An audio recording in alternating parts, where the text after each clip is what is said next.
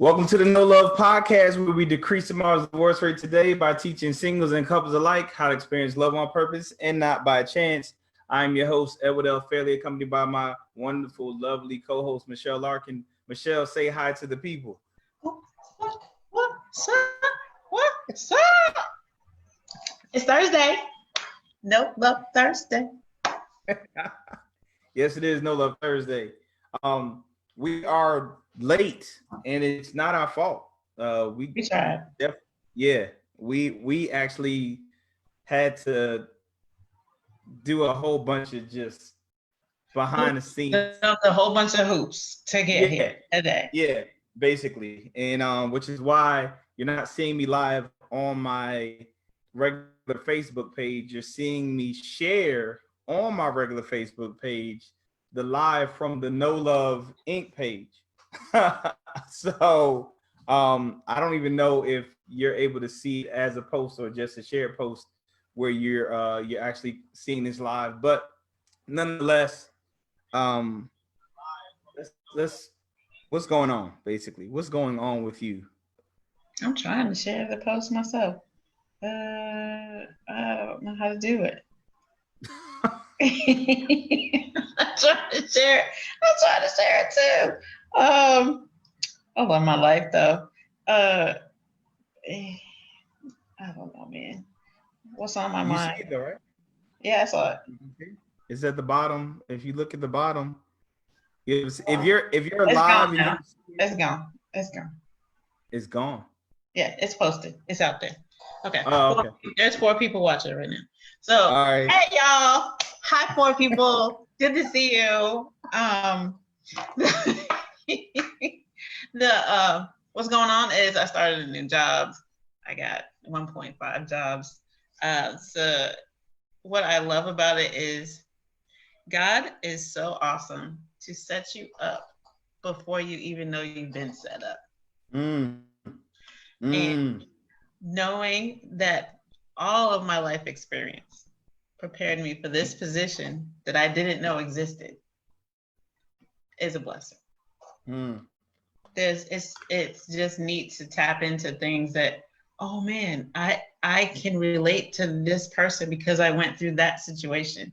I can add confirmation or information to this conversation because I've had this experience.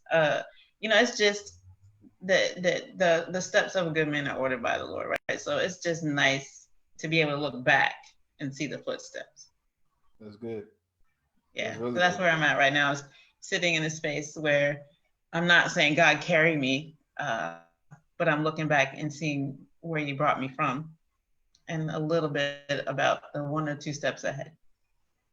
Is there anything that you have coming up soon that you want to talk about? Actually, I do. So I just posted on my page an event. I have been privileged, God knows I'm privileged, to be a part of a board for Bite Back. Bite Back is an organization that is helping to reduce the digital divide by giving people in low-paying jobs or minimum wage jobs skills that will get them to a living wage and help prepare for supporting their families, training them in tech, IT repair, PMP certifications, administrative services and supports. And, giving back looks different, right? Everybody's not protesting in the street. Everybody's not, having heated conversations. Sometimes it's strategic moves. And sometimes it's investing your time or your effort or your energy in a space that it can make a difference. So Bite Back for me is a way that I can take my skills in community service and create a pathway to give my friends a chance to give back. So next Saturday from 10 to 12, I'm hosting a fun event where some of the people who have graduated from Bite Back are going to share how it's changed their life. And we're going to meet some of the board members, and we're going to celebrate some of those victories that happened because somebody took the time to give back and to invest. And I'm going to ask my friends to invest. So if you would like to come, the invitation is on my page. It's an event that I posted to all of my friends. And I'm excited because it's a privilege to be involved in the conversation in a way that I know makes a difference for people who just sometimes need a hand up, a leg up, opportunity. some encouragement. I like that, and especially because a lot of people think that if you're not giving back the way that I give back, or your give back is not as flamboyant as mine is, be it marching or whatever your means of contributing to whatever you feel the actual movement is, or whatever you would like to call it. So I like that you're showing that there's different ways that you can do so. I actually saw the promo. It was pretty awesome. I actually clicked the donation button, and it was a long process. So I said, I'll do that later. I was hoping to, I was hoping to, I was Hope it was hoping to just quick and give, right? Quick and give. yeah, I was hoping to just be able to press like a PayPal or some kind of button, but it didn't let me go that way, and I didn't have my wallet that had my stuff in there. I can't see you, Michelle, by the I'm way. coming back. It's just a short. It's coming All back. right, perfect. Well, not perfect. It's not good that there's a short, but it's good that you're coming back. So, as far as me, I got a lot of behind the scenes work going on. Again, I'm past the place in my life where I share prior to. I'll share when it happens. You'll know what has happened, what is coming, when it gets here. So just be on the lookout and listening for what is next. Again, I apologize for us not meeting at our normal platform, but we will figure out how to get that matter resolved for the future. We've been gone for about 2 weeks. God, family, business. You know how we do. So we're not going to change those priorities ever, which in turn allows for us to be able to serve you all in our best capacity, or the best that we can. So let's dive into this topic. The topic, or the title of today's topic, is called The Potency of a Plan B. I don't plan on being before you long, but this is definitely a topic that needs to be discussed. Again, it's called The Potency of a Plan B. So it's important that we discuss. For one, let's start by saying what is a plan B? It's not an uncommon term. It's pretty much, when you hear plan B, it's if you are, man, I was just talking to my daughter about this, and she's 13, so she knows what a plan B is. It's basically just in case. That's the best way you can put it. Like, there you go, contingency plan, just in case. So before we dive into the potency of a plan B, let's discuss what a plan A is. Let's define plan A. Plan A is what you consciously choose, and on the surface looks like your decision. And I'm really being choicy with my words. Can you say that again? Of course. Plan A is your conscious, is what you consciously choose, and on the surface looks like your decision. Mm-hmm. So it's a surface level decision that you've made that seems to be your choice. So if you look at it, okay, oh, that's my wife. It's my wife and kids. I started my own business. Here's my business card. I'm a believer. You see me church on Sundays. You see me on the live stream. Yeah, you see this. You see this cross right here. Yeah, exactly. You see my my collar, my white collar, my reverend, my reverend collar. This is the choice that I've made. It's pretty apparent, and it's a conscious choice. We're not gonna stick there long, but that's what your plan A is. But a plan B, on the other hand, is what you subconsciously believe in. Interesting twist on plan B. Plan B, and I say that as a program manager, literally a program manager who's supposed to manage risk and have a contingency plan, so I minimize risk as a mitigation. But if you look at it that way, it's a subliminal belief that actually undermines plan A. So interesting twist. We're getting there. We're getting there. We're getting there. I love it. I'm just saying. I live there. I live there. It's what you subconsciously believe in. And what you believe in is really what dictates your action. I'm all about that, and that's true. Because what you think about, what you believe, you think about. What you think about, you be about, and you don't even have to articulate it. It's just truth, and it comes out. That's what you move on. Does. That is what your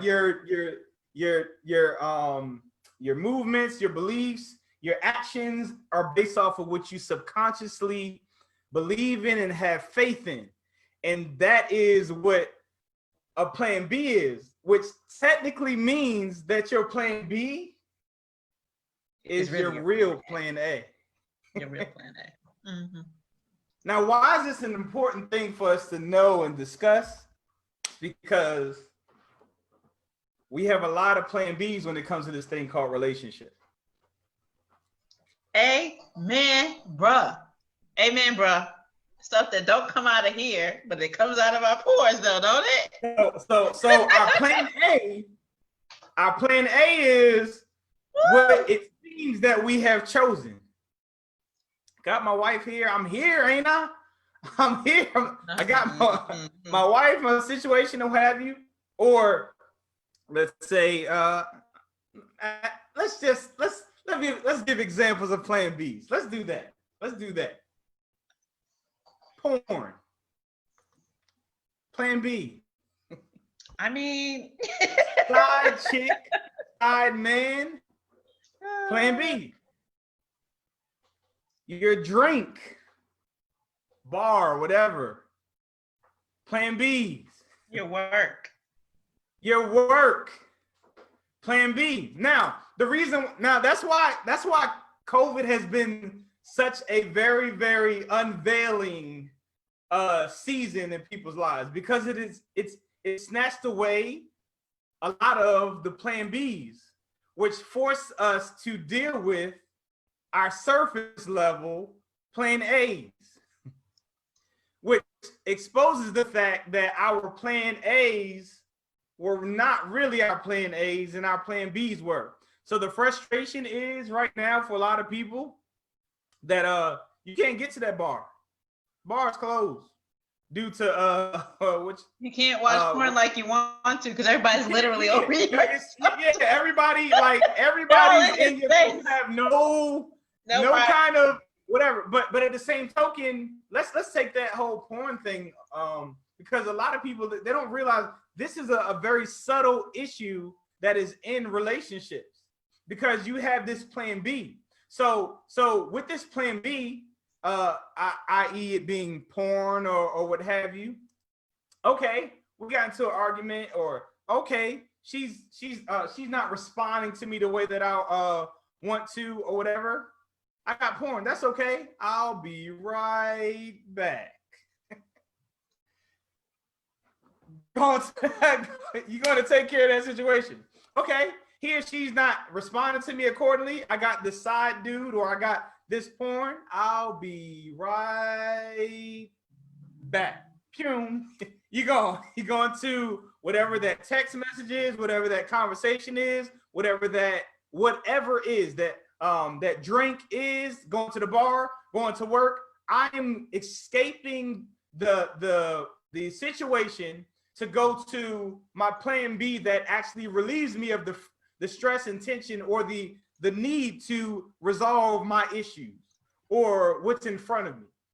So the plan B. Oh my goodness. Oh my goodness. Yeah. Okay. It's actually no need, because I'll take the actual recording of the Facebook. But we just noticed that we have not been recording. It's okay.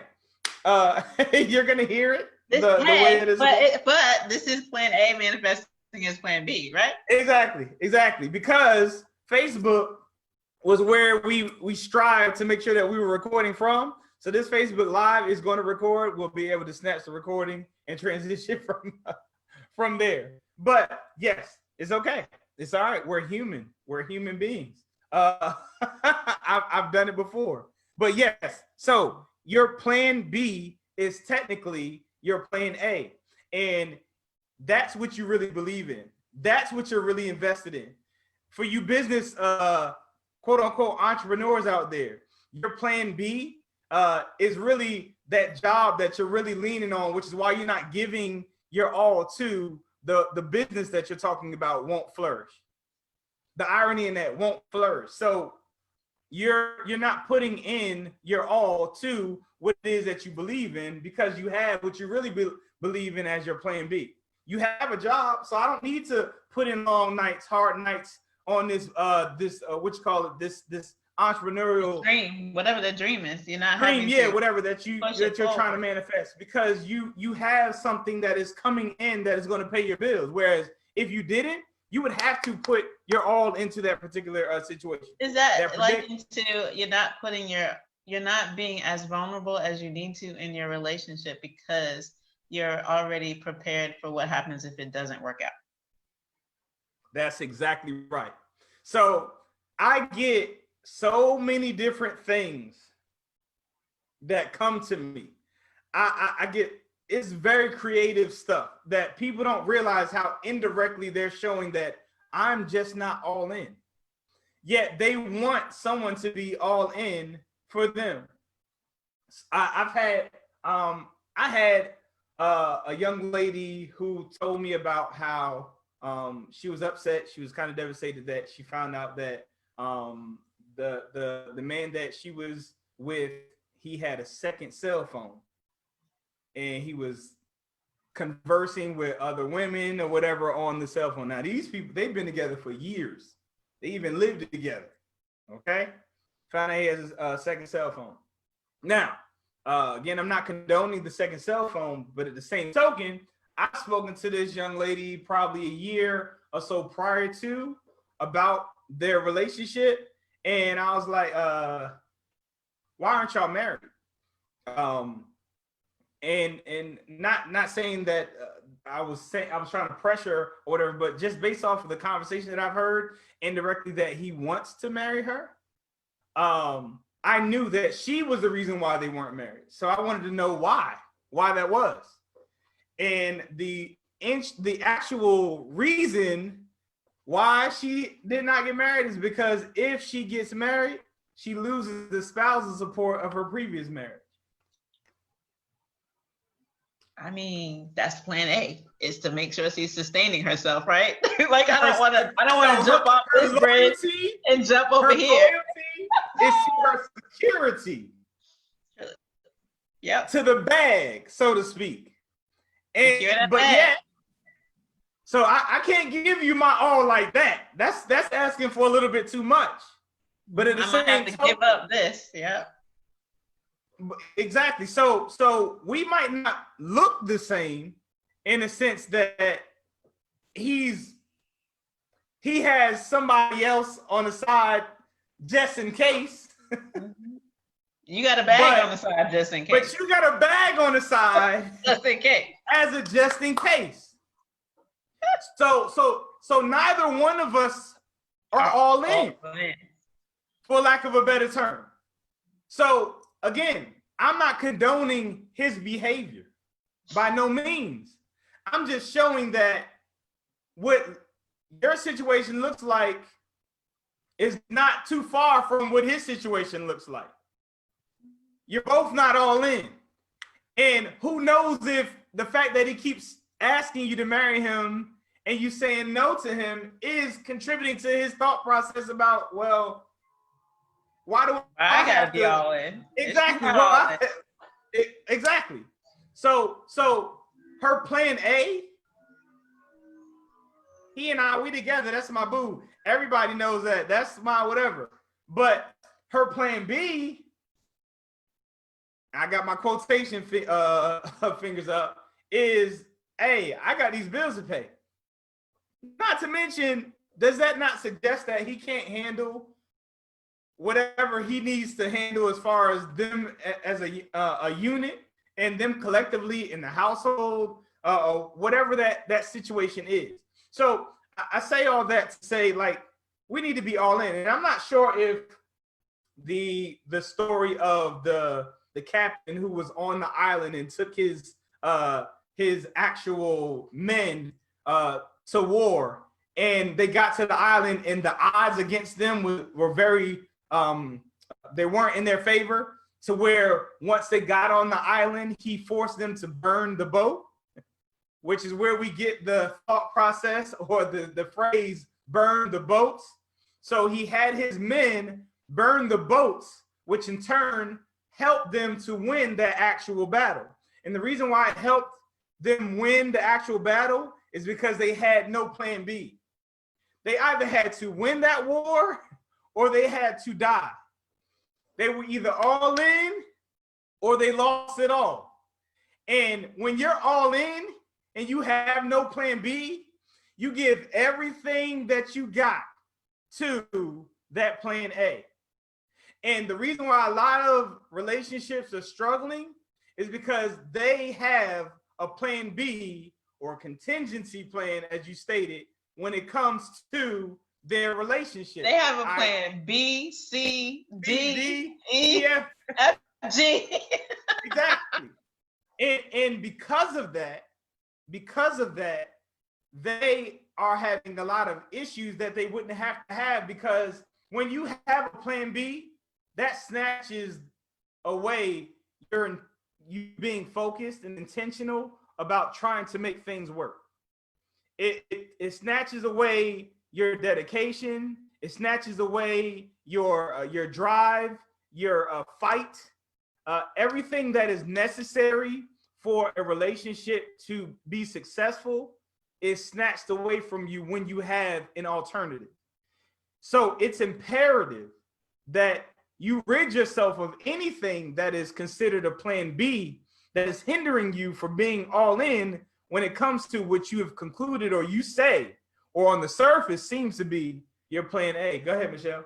So this goes back to, I just brought back to my mind the time where you said a relationship is kind of like, shouldn't, like you're treating your children. Like you don't throw your children away when they do something wrong. You kind of understand that they're growing, right? So this is the same thing. If you went into a relationship, like I don't get the option of saying, I don't have to put up with that. I don't have to do this. I don't have to do this. If you knew that you had to, and I'm saying that from somebody who's divorced, and if I had thought about this differently, I would have had different arguments, right? My arguments would have been framed differently, and I probably wouldn't have devolved into what it did, because my thought was I can take this up to a point, and my point for dipping might have been different than his point for dipping out, right? So I left. So I'm saying, like, it's, if I had gone into that relationship thinking more like I've committed, so I have to put up with it, then I would have had different conversations. I would have said, well, how are we going to work this out? Because we have to work this out. So what are we going to do? Now, I'm sick of this. I can't take this. You're not listening. I'm not. Yeah. Well, I mean, if you think about it, if you think about it, divorce is a plan B. It's a plan B.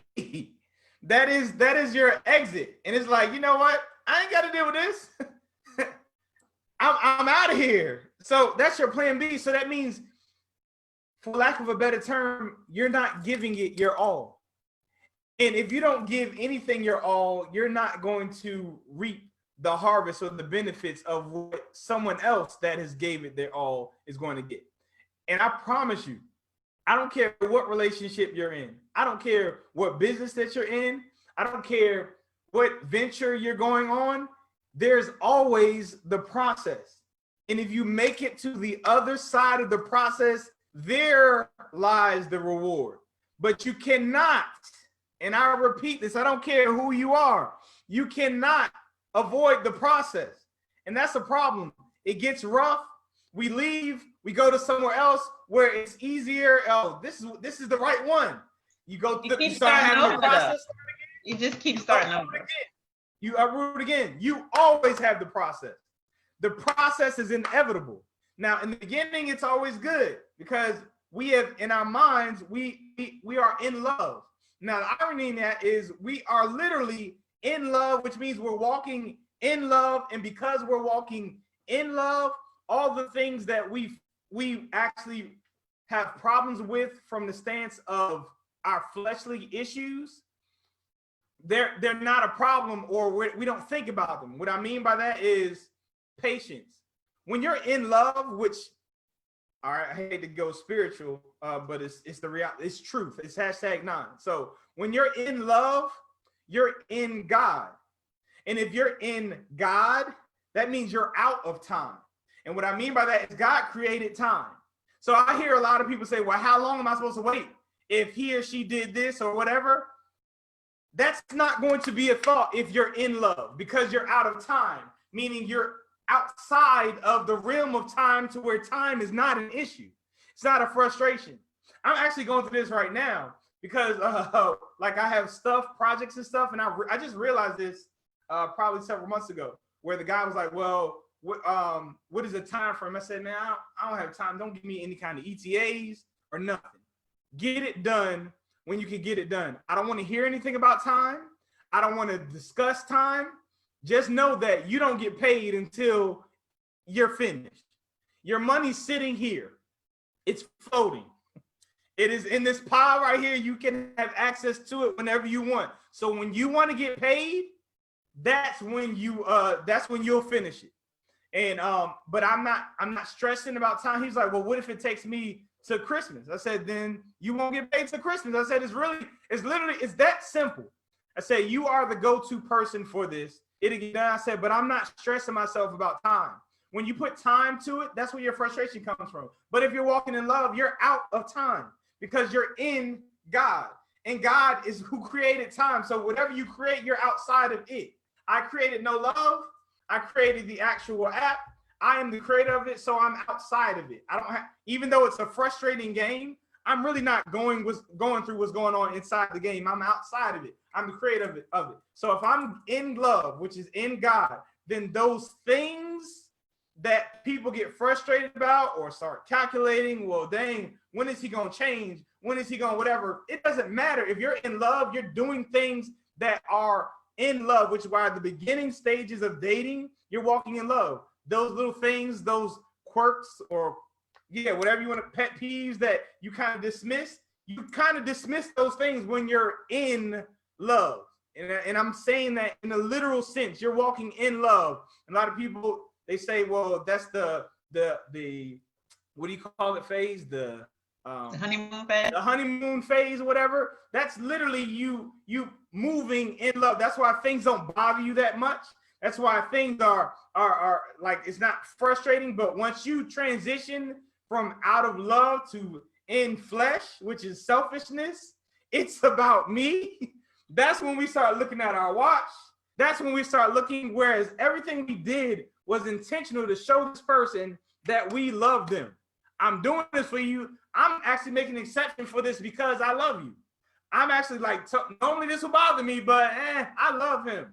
So I'm doing these things out of love because you're in love. But then you transition to in flesh and in transaction and in manipulation. And those things are where there's a problem. So if you're having issues or struggles with your relationship, I can almost guarantee one of two things. You're either probably one of three things. You're probably, you have a plan B that you don't have access to right now due to COVID, and is exposing that your plan A has been neglected and you're trying to revive it because it literally has died. Y'all's relationships, y'all's interaction, you're trying to revive something that has died, as opposed to basically taking a little maintenance, tweaking some things to fix. A lot of people, they're realizing that like their relationship with their kids has been dead. They have not been an influence to their education or thought processes or anything at all right now.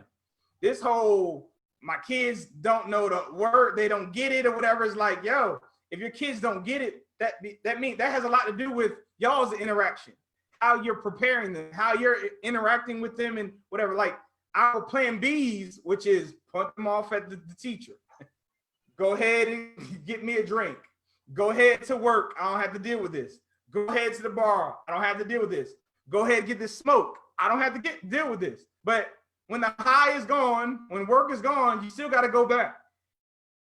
Your plan B is not going to be there forever. You still have the thing that you've chosen on the surface that you have to literally see. No matter how much you believe in the plan B, you still are stuck with the actual situation that you have chosen.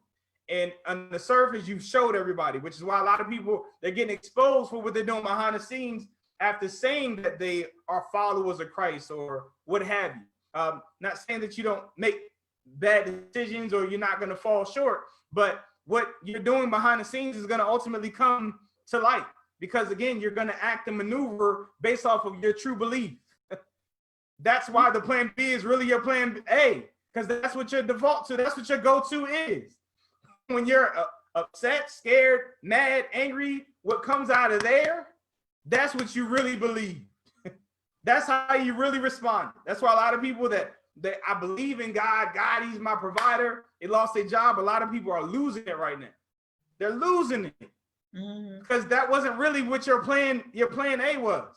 Plan B was your plan B, which was really your plan A, was I'm going to always have this job.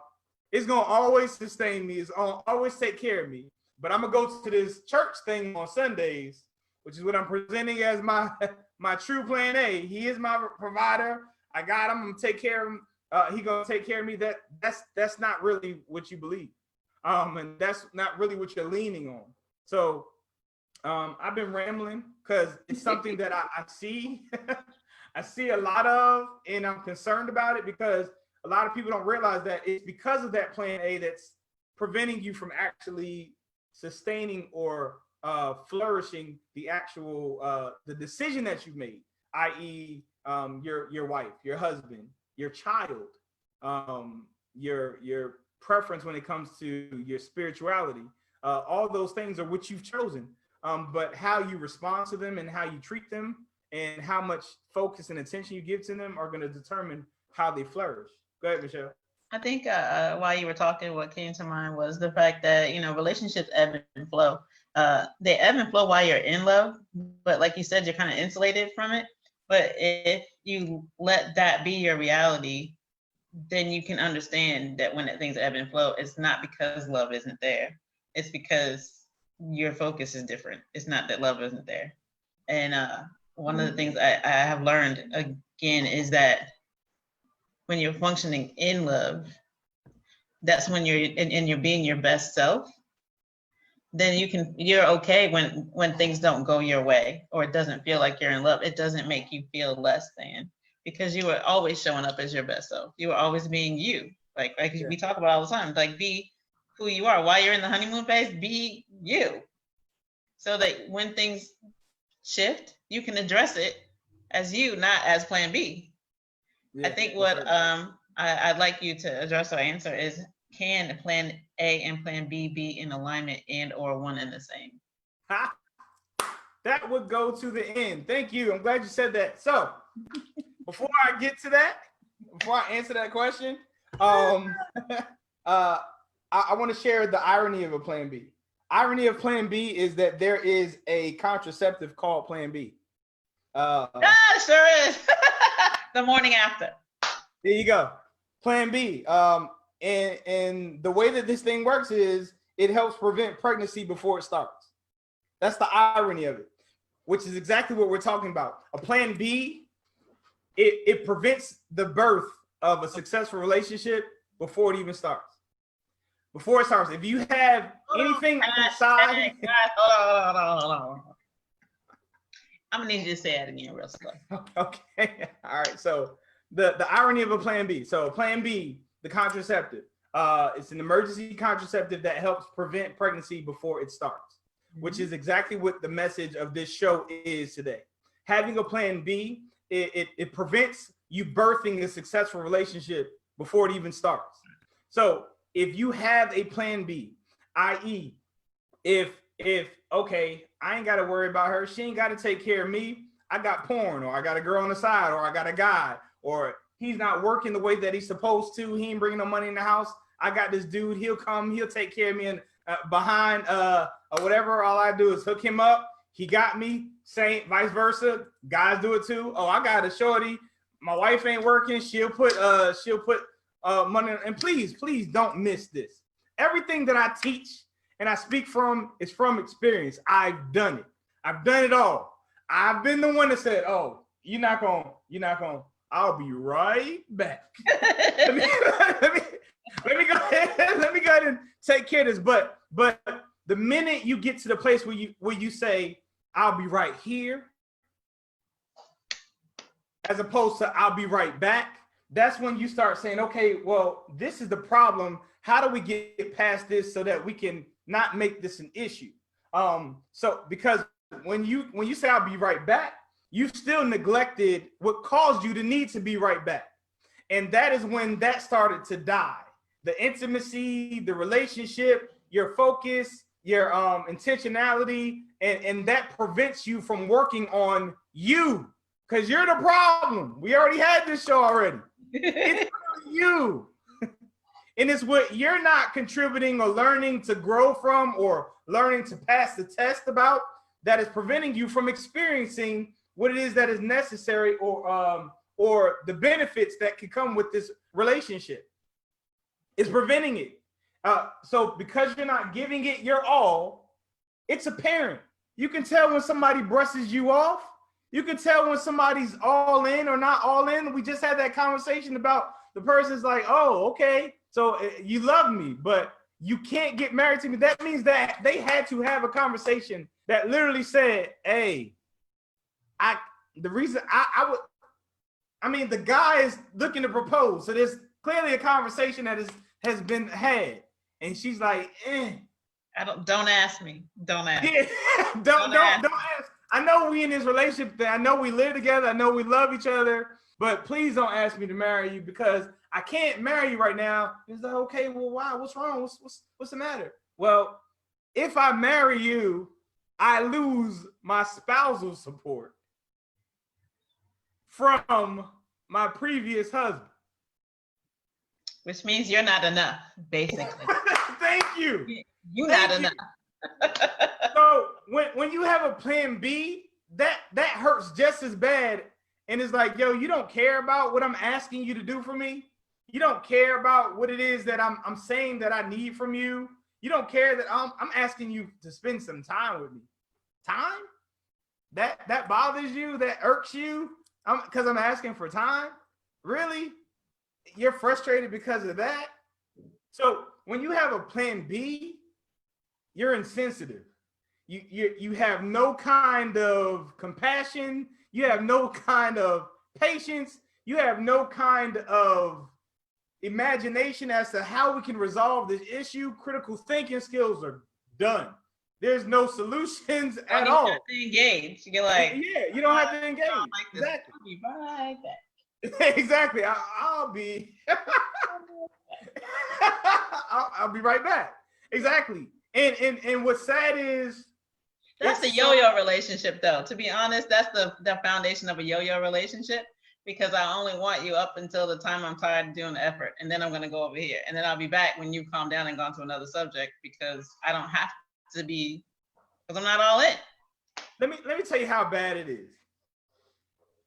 I've been seeing on Facebook a post. There's a post of a guy that's sitting in a chair with his cell phone. He's engaged in his cell phone. He has a dog laying on the floor next to him, but looking up. And in the back of him is a window.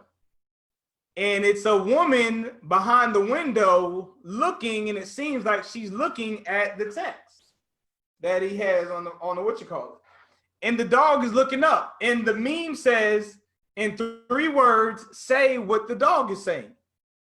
And everybody is like, we're in the doghouse. They're not even using 3 words. They're like, disregard the fact, or look up, dude. She caught you, things of that nature. But not one time did anyone ever think that maybe she just gained or he just gained her trust because of what she read.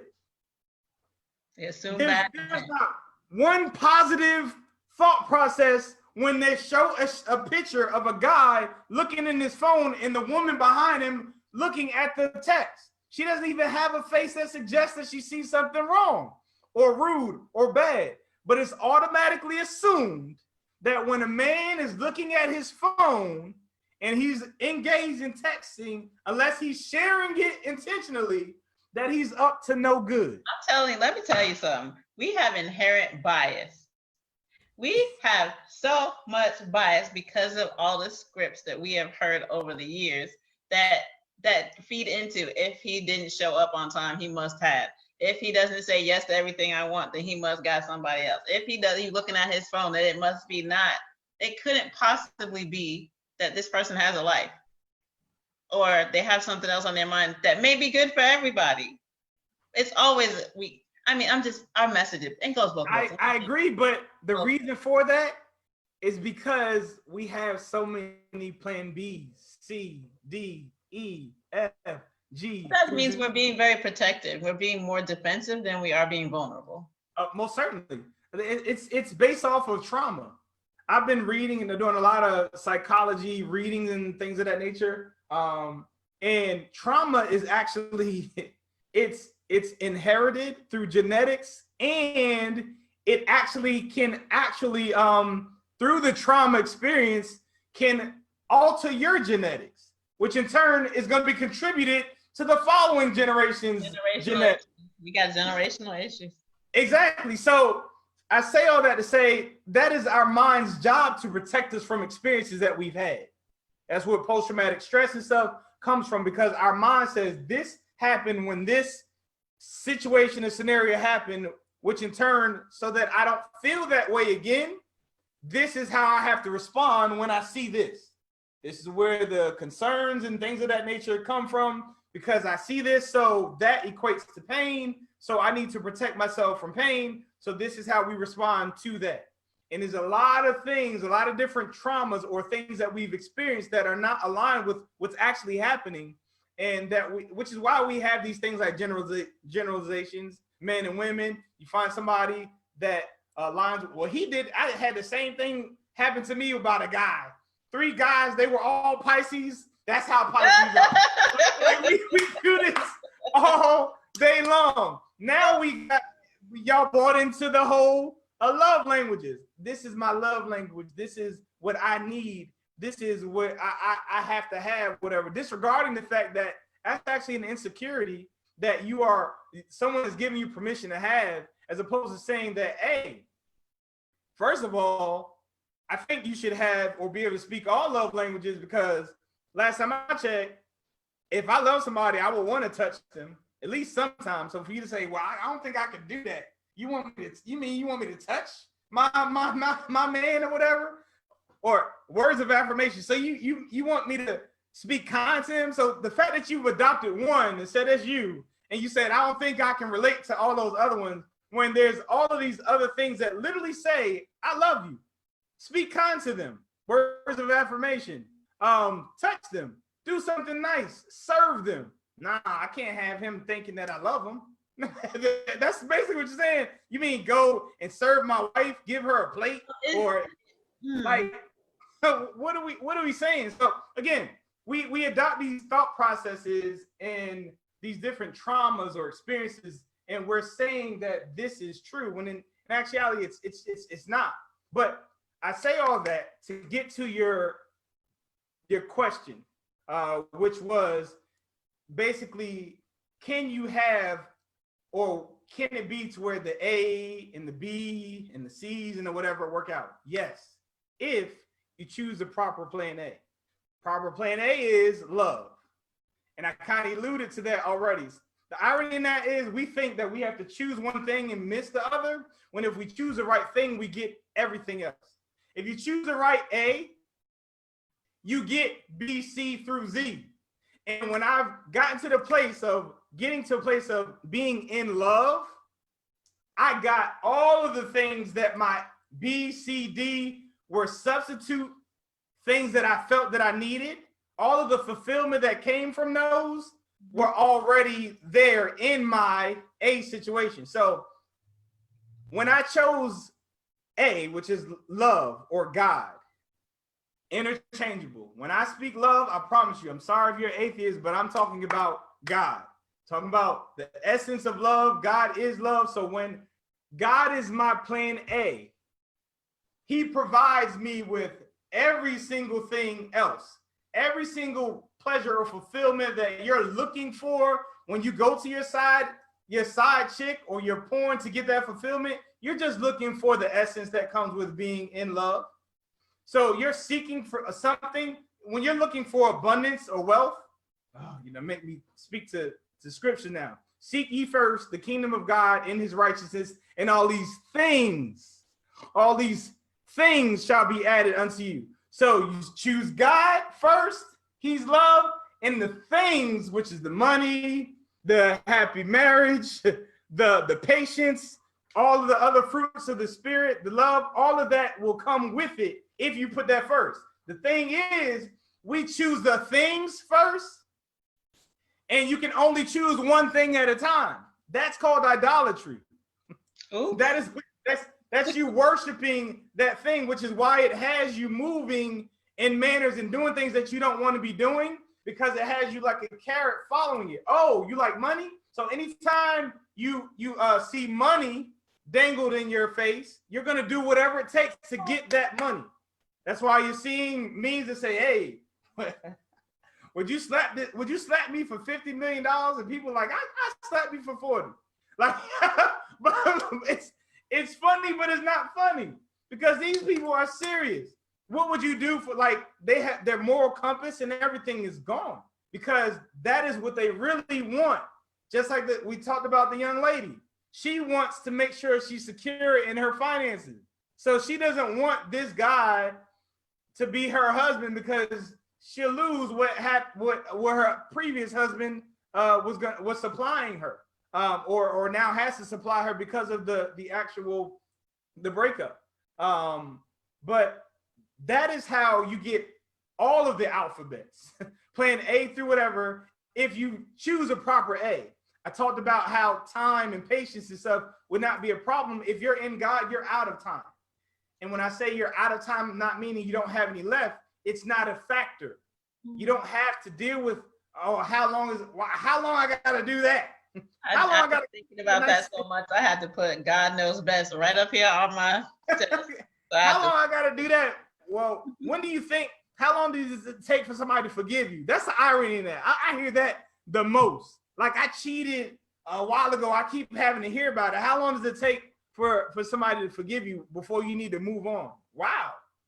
So it's your selfish act that got you the treatment, and now it's your selfish act that wants you to get out of it. When are you going to learn that is you?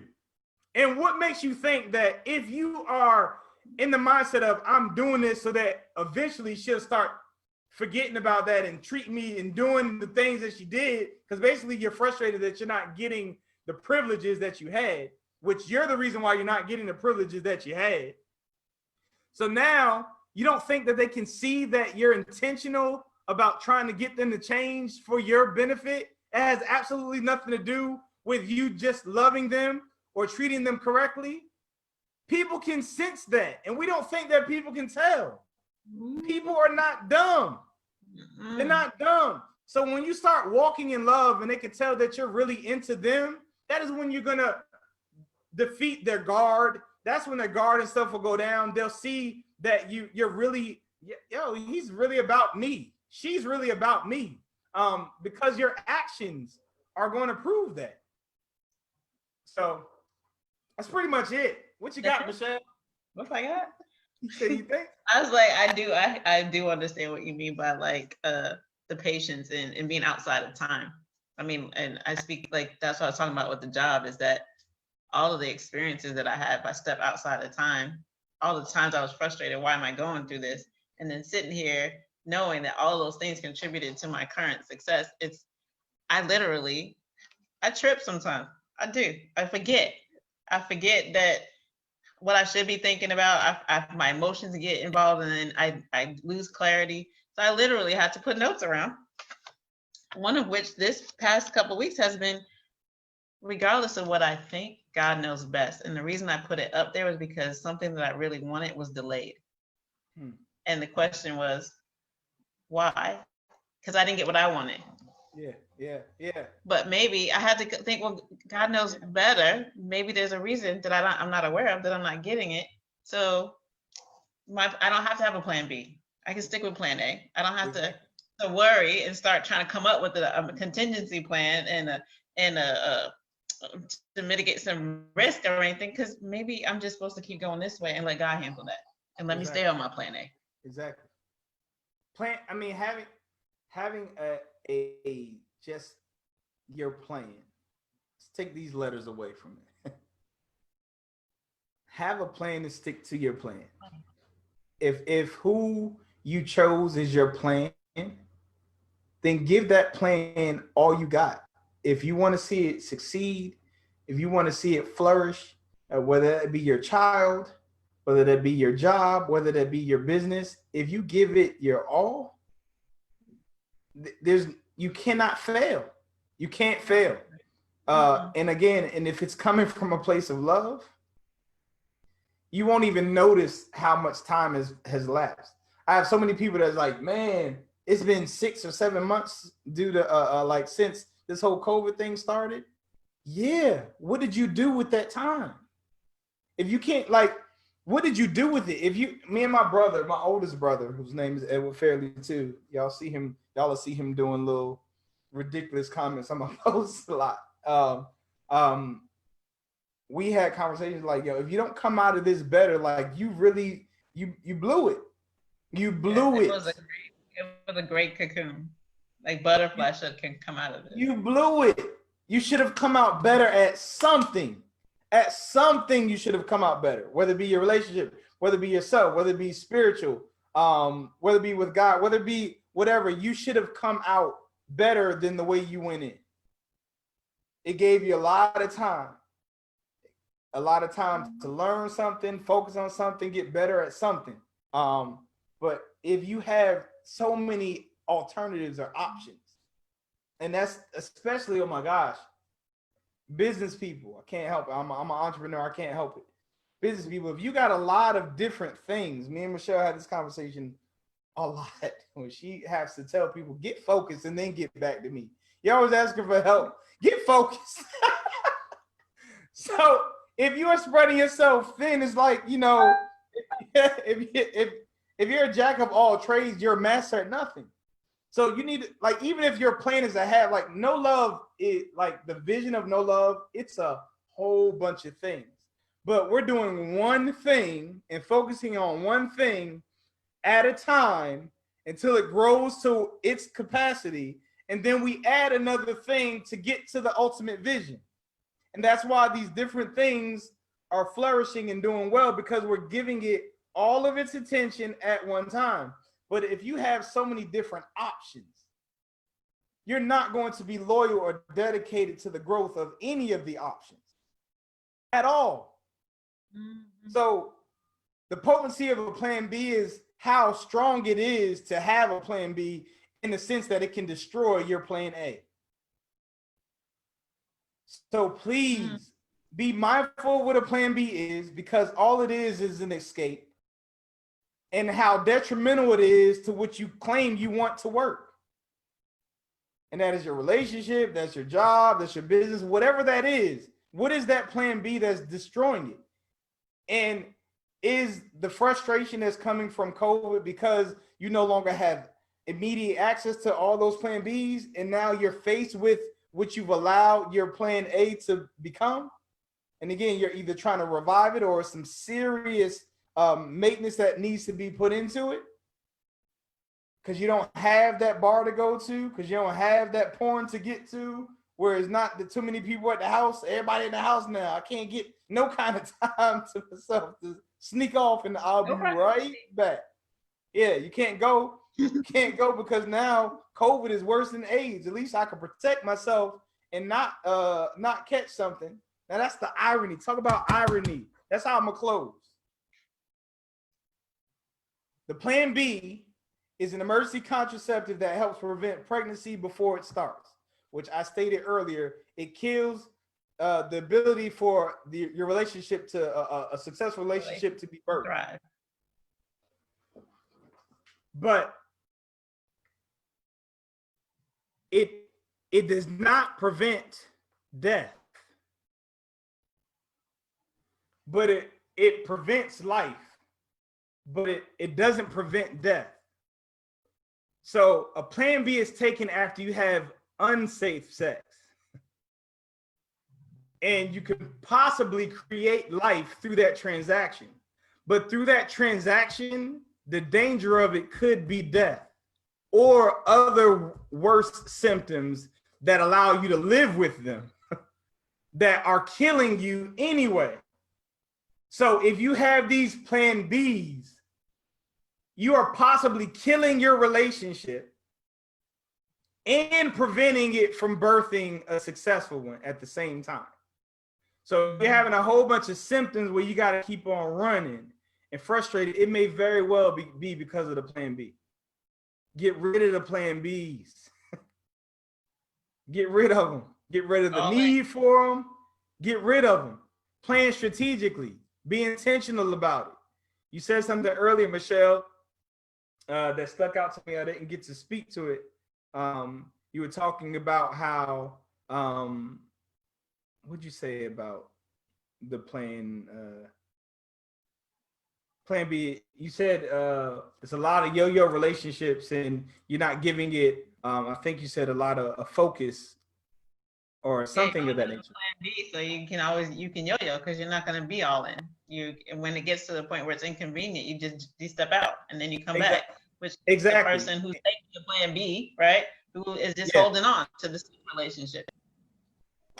Which means if you take this message seriously and you go into a plan, get rid of the A or B, go into a plan. You'll go into it with the mindset of being as though I'm not planning on getting out of it. I will make sure that I go into this thinking about all of the outcomes of the worst case scenarios so that I make sure that I address those things, or I do the research, i.e. your non-negotiable list, before you make the decision to go into this endeavor and move forward. But that's Robinson said having a plan B is taking a big risk. That's what I just looked. I looked at Ms. Lisa. I can see it. Yes, it is a huge risk. It's a risk of life and death, meaning you can't birth something and you can kill what you already had. So that's it. That's all I got. This is all about life. That's right. A love life, and a life full of love. That's good. That's good. I love y'all. I hope to hear from y'all again. These plan Bs are no joke. They're dangerous and they're hard to get rid of once you have been exposed to them. So I'm not saying that this is by any means easy. It's not easy to get rid of a porn addiction. That's been my struggle. It's not easy to get rid of funding. That was that woman's struggle. Like, hey, you talking about getting rid of this money, this bag that people talking about? It's not easy to get rid of your side chicks or your whatever. But if this person that you've chosen is worth it, then you're gonna have to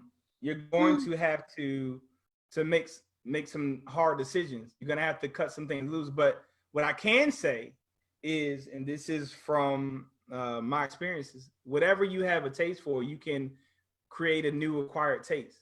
It's going to be hard at first. So to stop is going to be difficult, but if you actually replace it with something that you have to get accustomed to eating, which could be your conversation with your spouse, hearing them out, actually having a relationship or finding something that you two share in interest in, and growing and evolving in that and letting that be your new thing. Those things can cause new things to replace the craving of those other things. So it's a process. I don't want to keep y'all any longer. We already started late. I love y'all. I appreciate y'all. Until we meet again, y'all be safe and have a good one. Thanks for your minds and time. Peace. Bye, y'all.